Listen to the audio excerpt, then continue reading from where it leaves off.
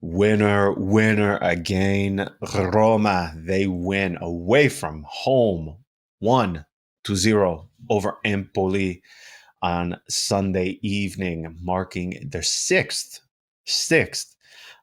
unbeaten result away in Serie A, which just in and of itself, Andy, is something mind blowing to actually. That's why I'm saying it slowly. I want to make sure I say it correctly and properly, because to say those words when there were quite literally children conceived and birthed between Roma's previous victories away from home prior to January, when they did it against Udinese.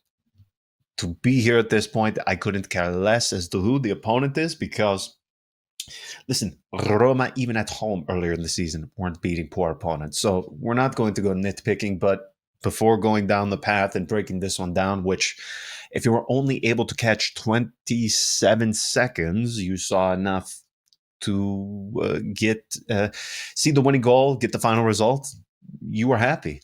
And all things considered, Andy, when Roma, they do this to us 1-0, and it's, as they say in the UK, one of my favorite phrases is the squeaky bum time. This one was not the case, which is atypical of Roma matches that are decided by only one goal. But again, before getting into that, our patrons, thank you. Patreon.com/RomaPress, at IS on YouTube, Facebook, social media. You know where we are by now. Oof. Wow. Again, there were actual human beings conceived and birthed in between in between the times Roma won and then another victory in Serie A away from home, which when you put it into terms like that, Andy, it already seems like a long time. But when you put it into those terms, that there were actual human beings, not even as a tadpole, yeah? And now they are walking this earth. That's the way I have to put it into terms, because it just makes it that much more vivid, I guess. This one was one-way traffic, which you can't, again, typically say about the match decided only by one goal. Darversa is going to get sacked if he hasn't already. But I haven't picked up my phone to check by the time we hit the record button, but he will go. It's another, I believe, the fourth consecutive win away from home. And again, couldn't care less as to who the opponent is or was in the previous ones. But for this one was a bit different in the sense of Empoli were never, ever in this thing. They end with an XG of 0.12. They had one shot on target. They had less than 40% of possession. They created nothing. Zero. Zilch. Nada. Zero. Nothing. They were, by all measures, spectators in this one. They couldn't do anything. They could not do anything. Watching them was abysmal. I mean, they tried their hardest to shithouse and find ways through. Roma conceded nothing, whilst they end with an XG of around 2. You have Soulé with a superb finish. And this is the recipe. And I could go on and on and on, because the things we're going to say tonight are things we've said in previous weeks. But look at the amount of turnover today. Look at the turnover and look at the performances. Andy, that back three tonight, Nelson, Hummels, Indica, flawless. All three were flawless. And in my post-match reaction podcast for the patrons, I said, just think about what we saw today. Yes, I know it's a 1-0 victory over Empoli in Toscana, and it's not that, it doesn't jump off the page to you in terms of result, or even in terms of importance of the match itself or the quality of the opponent. But I compare tonight and I look at some of the games earlier in the season, and I think to myself, these are the same guys who had trouble against Venezia at home, Bologna at home, needing a penalty to beat Torino at home, and you compare that to now, frankly, beyond the fourth consecutive victory, I'm more excited by the fact that it was 1-0. The Cortomuso. And it wasn't one of those 1-2-0s that we typically saw under Jose Mourinho, where it was nothing but squeaky bum time the entire time. Your ass is clenched. You can't get up from your seat. You might, your cardiologist might need to be called if you do. This one was so comfortable, so straightforward that there was never a moment in this entire game from 0 to 90 where I thought Roma were not going to leave with all 3 points, which is not something you can say very often about Roma. Well, it's this is the first time that we've won 5 consecutive games in Serie A since 2017. Yes. So let that sink in. It's been 8 years that we've had this kind of run.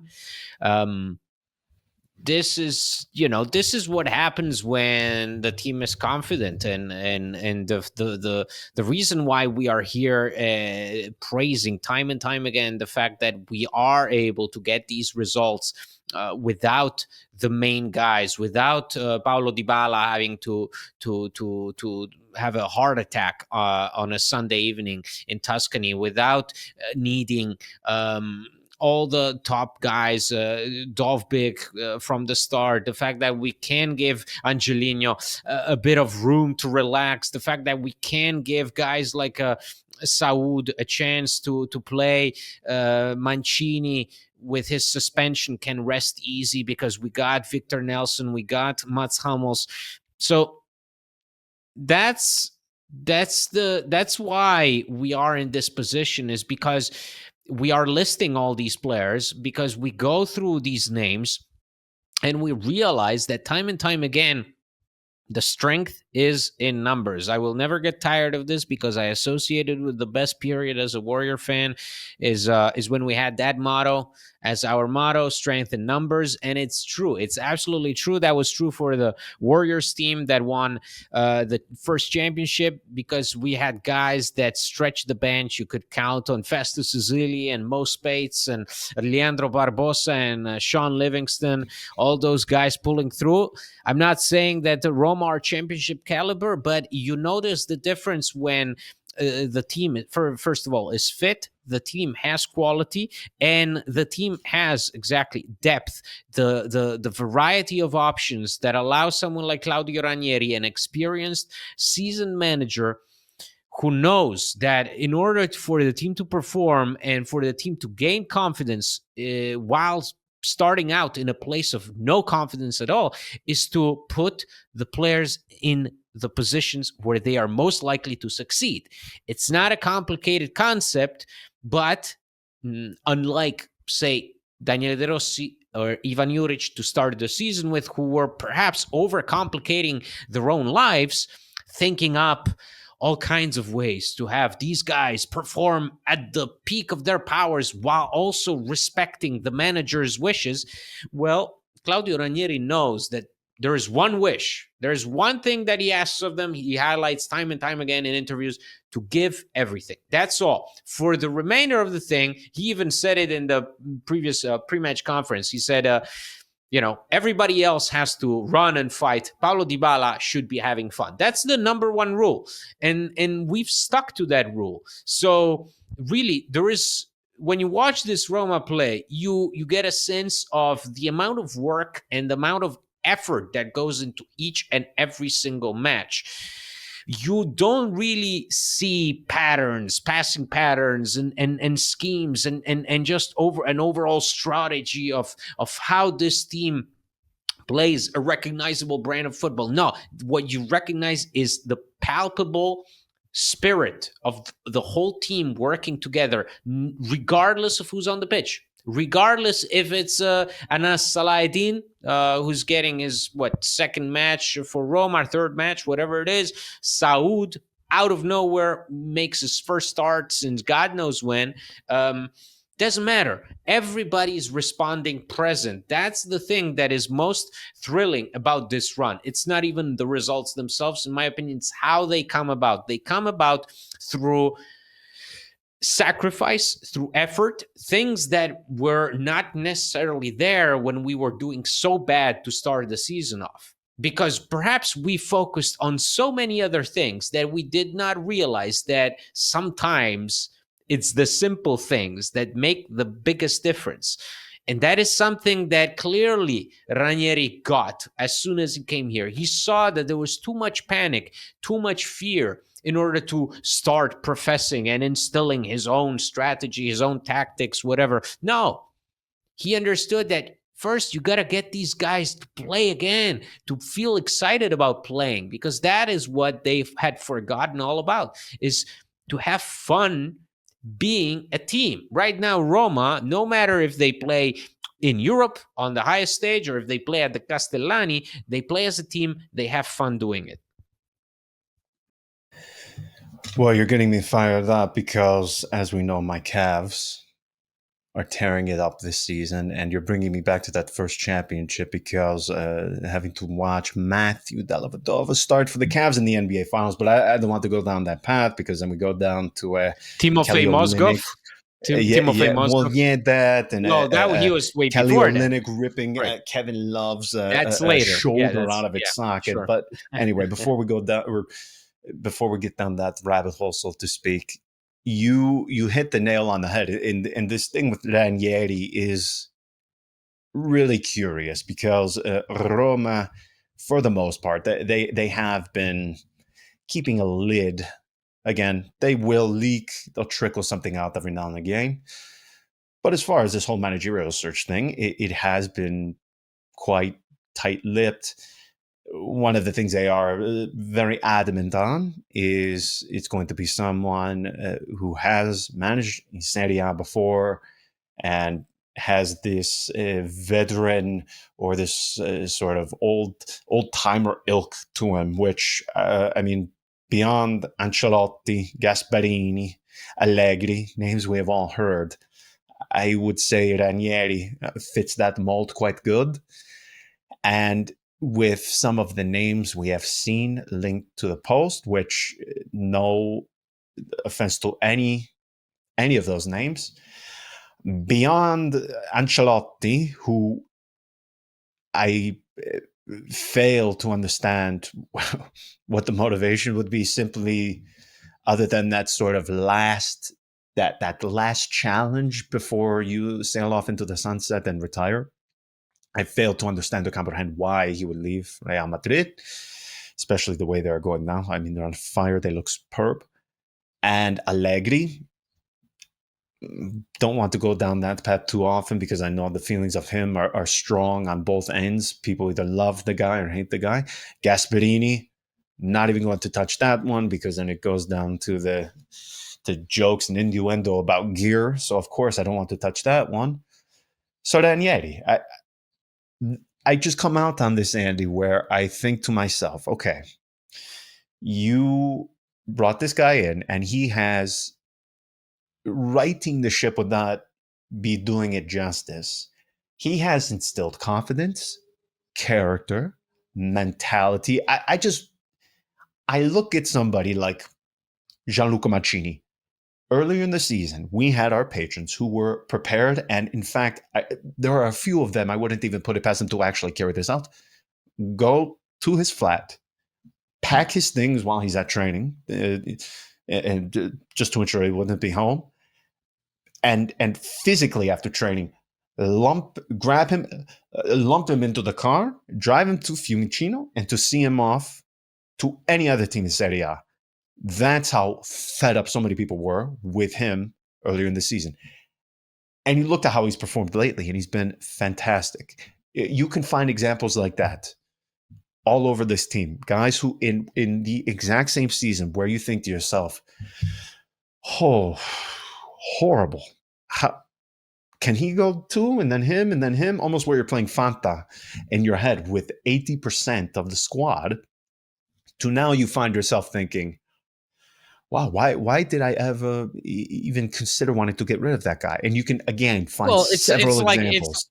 it's like when De Rossi came in last season, right? I mean, all of a sudden we reevaluated the entire career of Leandro Paredes, and you were the first one to admit you put your head in the sand like an ostrich in shame, while everybody started pelting vegetables at you because all of a sudden it came out that, hey, you know what, Paredes can be a good player as well in another manager's hands, and I think the same thing with Ranieri. I am his biggest fan. I grew up as a Roma fan with Ranieri on the bench. I would not do this to him to start having conversations about keeping him for another season, because the man deserves to retire. He deserves to be at home with his wife. He deserves to eat some pasta con fagioli. He deserves to watch Don Matteo at 9 o'clock, before going to bed at 9:45. He deserves all of that, and he's been immense by coming in November with the weight of the world on his shoulders. No matter what happens for the rest of the season, John, I want to be very, very clear. I'm not. These statements they do not come with an if. If we get top four, if we do this, if we do that. No, I am immensely grateful. I said it even from the start.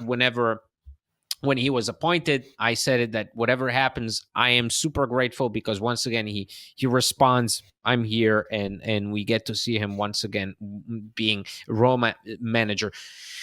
This team will need someone else, and Ranieri will be the first one to agree with that.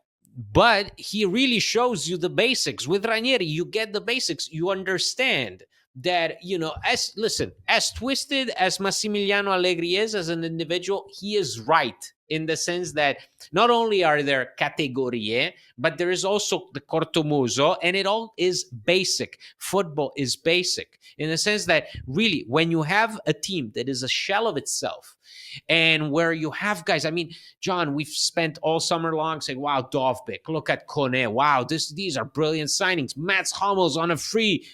God, everybody wanted him.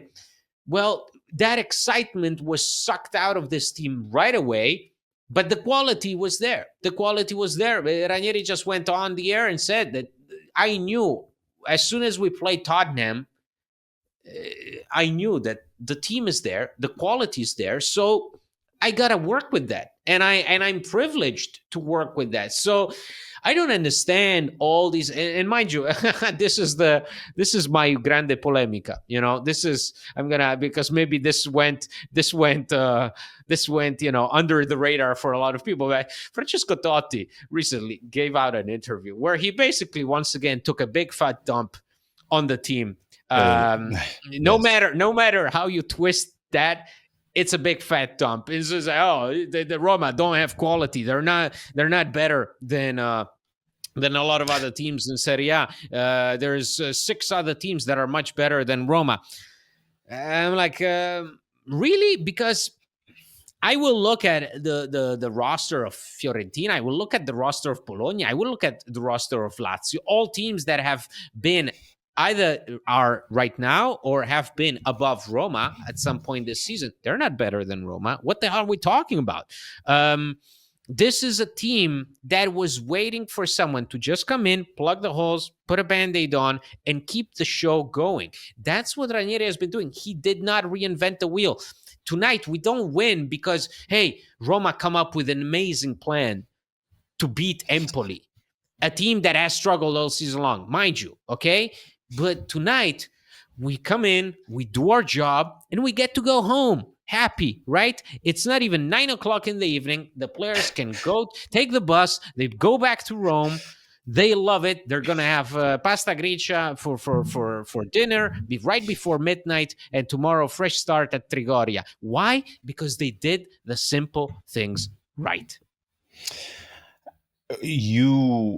For those who have no idea about Italian television, if you were just to explain like the plot of Da Matteo. It's a priest working with detectives, and they would look at you like you were nuts. So there's that. And then B, it's funny you mentioned it because I did a radio interview for a small radio in the UK, and I said, because they asked me the same thing, and I said, even asking and posing the question about Ranieri is unfair to him because it puts him in a position where he has to say no or yes and has to give a concrete answer. And that's such an unfair position to put that guy in because, as you just said, he deserves to see himself off in any manner and time that he wants. And sort of lumping our hopes or putting the pressure onto him, I think is completely unfair because that is something we have seen over the previous week where it becomes, well, should we? Shouldn't we? Could they? Well, could I mean, Andy, if you are Dan Friedkin, how do you go to Claudio Ranieri, who has essentially, you were the Titanic, and when it's split into two, instead of being the guy in the movie that falls right in between that crack, okay, they are able to turn into a Kate Winslet, find a floating a fireplace, hop onto it, and float yourself to safety. Essentially, that's what he's done. Uh, so, and that question, posing it to him, saying, "Hey, do you want to stay? Do you want to continue?" It would almost be as if you're throwing a bowling balls to him and trying to like knocking him off of that fireplace after he just saved your ass. That is quite literally the very vivid and nonsensical metaphor that comes to my mind because he doesn't need to be put in that position. And I think you are absolutely right when it comes to at least this installment of AS Roma. He didn't come here to reinvent the wheel. He didn't come here to be De Zerbi, to be Pep. He came here and did very, very, very, very, very straightforward, simple things tactically. And he got the players to get in a much better mood and realize, oh, this doesn't have to be so hard. We don't have to do this to ourselves. We don't have to make this a nightmare every weekend. We are good. Holy shit. Who would have thought? Mm-hmm. That is something that I think is at least, obviously, to a limited extent, but it at least goes to show you, as you said, it really didn't take much, which I suppose says a lot about Giallorossi, Juric. But I think what he's showing is at least there's a lot of quality here. There's a lot of talent here. And it doesn't take some tactical genius or millions and millions and millions upon millions of euros in the transfer market to get good results and good performances. Well, that is what Dan Friedkin brought him in for. Is he needed a calm presence. He needed a figure that was recognized by the fans, but he also needed a coach that was able to do the unthinkable with Leicester. And he was able to do the unthinkable with Leicester for one reason, was that he got those guys to believe they could do the unthinkable. Okay?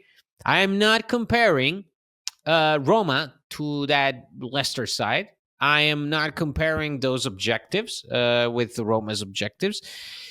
I'm not, but what Ranieri became known for over time was that he was the guy who could work with players as humans, not like cattle, not based off their statistics. He wasn't interested in that. He was interested in, can you fight for me? And will you help me get us to a good place? Because we're in a bad place. We are, say, in the championship. We are bottom of the league. We are conceding goals left and right. What do we do? Can you help me figure this out?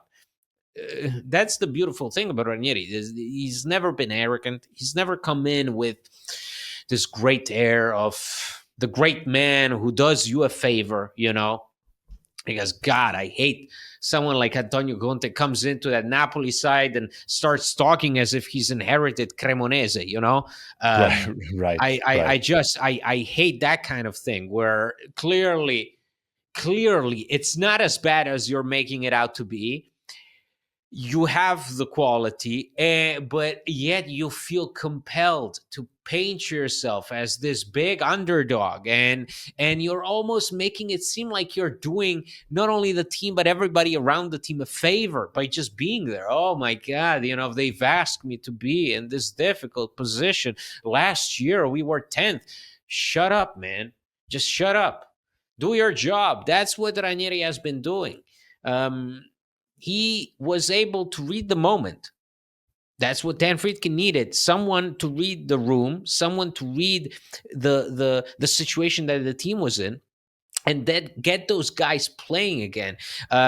So regardless of what happens right now, because we are looking at a schedule that is not going to get any easier. This has been a tremendous run that has coincided as well with a very accessible schedule. Let's face it, that's what we said before any of these games started: was this is the moment where we have to get these points. And John, I will ask you to look up this recent schedule and start calling out exactly the last 5 games in Serie A that Roma got the win. I would like for you to name those teams, and then to look at what's going to happen next, because we went through an unbelievable run right now that has put us in a good position. Still not in the position that we wanted to be, but in a good position. And yet it's not over. It's not over, and there's going to be more, and it's going to get difficult. Yes. Now they still have to face Cagliari, and then they go away to Lecce, and then they have Juve at home, and then the derby, and then at home to Verona. That takes us to the 20th of April. Let's go to Right. Thursday, though. Return leg. You have the 2-1 advantage going into it. Now, again, you are going into a very, very, very hostile, very difficult environment. You have a very particular athletic side that they are difficult to get an understanding of. I forget who it was that said it in the pre-match. I think it might have been Cristante. They do not play like the typical Spanish team. They play a very different, again, a very particular style. Roma, I hate to say, you have to turn back the clock, so to speak, and do the things that you were able to achieve under Jose Mourinho, where you go and you just buckle up and you bend and you bend and you bend, but you don't break defensively. You try to exploit the goal scoring opportunities when they arrive, but you go there with the mindset of, we will defend this lead. We are not going to get over anxious in attack. We do not want to get caught out in our positioning when we're off the ball. We don't want to leave ourselves vulnerable. I hate saying that is the approach you have to take, because it almost seems like a reactive sort of approach, which to some extent it is. But I think that is something they're going to have to do. I am expecting a similar approach to turning back the clock and playing your cards, seeing what happens. What do you think? Yeah, I mean, it's buckle up. It's buckle up, get ready to fight on every ball, get ready to hold off the opponent, get ready for the worst kind of atmosphere for a guest team. I mean, it's as simple as that. It's really about being ready not to be intimidated, being ready to fight in a place that will do everything it can to distract you, to hurt you mentally. And you can't afford to do that. You cannot afford to miss a beat. You cannot afford to even slip up once, never mind twice, because really this we know how it is, because we've seen it happen when Roma have hosted somebody in the return leg, and you could see that the opponent would tense up, and then anything they did, Roma would just tear them apart. And they would just keep on pushing and pummeling them until they got what they wanted. You cannot, if you're Roma going at the St. Mamés, you cannot allow the audience into the match. Somehow you have to create a bubble around yourself, because otherwise you're lost. Otherwise you're lost, because you see that Athletic will have all the energy, all the motivation. Listen, they're trailing 2-1. Okay, it's not a big difference. One goal and the whole match is turned around. Okay, that's all they need. Athletic just need one goal, and the match can flip like that. So I'm not going to say I'm super confident. I'm going to say I'm fairly confident in the fact that Roma will know how to react to this setting, to this energy, to this atmosphere, given what the stakes are, given what the stakes have been in the past. That's the thing, is you always have to tell yourself, we've been through it.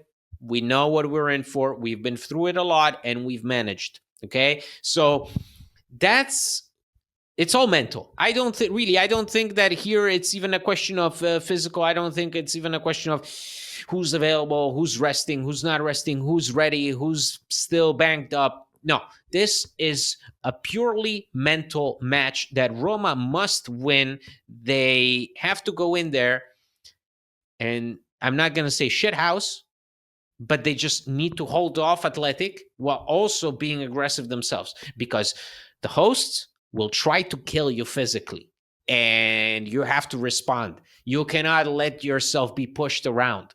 If you do that, then you lose. So you cannot be a pushover. I couldn't agree more. It's as simple as that. That is when we will return. We will be back later in the week after the return leg in Spain. Fingers crossed that we are celebrating once again. So until next time, everyone. Ciao. Ciao.